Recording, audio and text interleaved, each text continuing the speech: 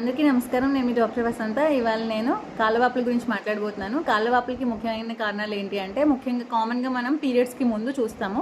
అలాగే ఎవరికైతే ప్రెగ్నెన్సీ ఉంటుందో వాళ్ళలో కూడా కాళ్ళవాపులు వచ్చే ఛాన్స్ ఉంటుంది.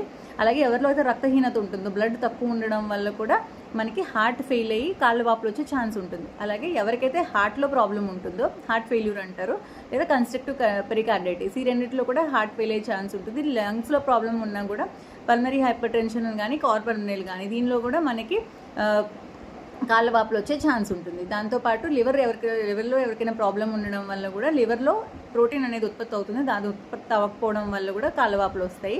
అలాగే కిడ్నీ నుంచి యూరిన్లో ఎవరికైతే ప్రోటీన్ శాతం పోతూ ఉంటుందో దానివల్ల కిడ్నీ ఫెయిల్ అవ్వడం వల్ల కూడా మనకి కాళ్ళవాపులు వచ్చే ఛాన్స్ ఉంటుంది. అలాగే ఫ్లూయిడ్ ఓవర్లోడ్ అంటారు, అంటే మన బాడీలో నీటి శాతం బాగా ఎక్కువ అయిపోయినప్పుడు, అలాగే సాల్ట్ శాతం బాగా తక్కువైనప్పుడు ఫ్లూయిడ్ ఎక్కువ అయిపోతుంది అనమాట బాడీలో, అప్పుడు మన కాళ్ళవాపులు వచ్చే ఛాన్స్ ఉంటుంది.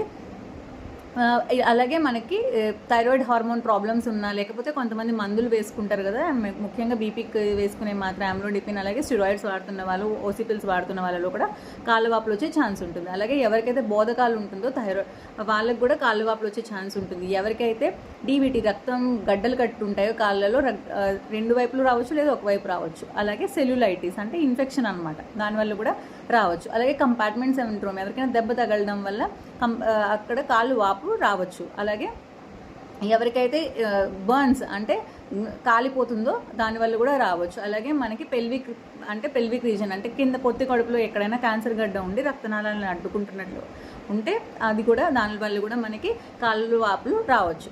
సో ఈ కాళ్ళు వాపులు వచ్చినప్పుడు మనం ఏం చేయాలి అంటే, ముఖ్యంగా ఫస్ట్ మనకి దేనివల్ల వచ్చిందా అనేదానికి అనేది కారణం తెలుసుకోవాలన్నమాట. అంటే తక్కువ ప్రోటీన్ తీసుకోవడం వల్ల వస్తుందా, లేదు అంటే మనకి హార్ట్ ఫెయిల్ అవ్వడం వల్ల వస్తుందా అనేదానికి టెస్టులు చేయించుకోవాలి. హార్ట్ ఫెయిల్ అనేదానికి టెస్ట్ వచ్చేసి ఈసీజీ, 2D ఈకో, ఇంకా NT-proBNP అనేది చేయించుకుంటాము.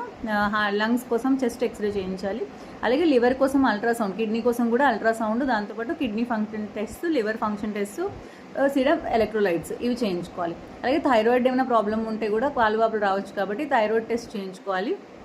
యూరిన్లో ప్రోటీన్ పోతుందా అని చెప్పి యూరిన్లో ప్రోటీన్ కోసం ACR చేయించుకోవాలి. అలాగే కాళ్ళవాపులు రక్తనాళాల్లో గడ్డలు కట్టడం వల్ల వచ్చినట్లు అని తెలిస్తే, అంటే సస్పెక్ట్ చేస్తే, దానికి మనం రెండు వైపులు మనకి DVT స్క్రీనింగ్ అనేది, అంటే కలర్ డాప్లర్ అనేది చేయించుకోవాలన్నమాట. ముఖ్యంగా ఈ స్క్రీనింగ్ చేయించుకోవడం వల్ల మనకి ఏదైనా ఇబ్బంది ఉన్నట్లయితే తెలిసిపోతుంది.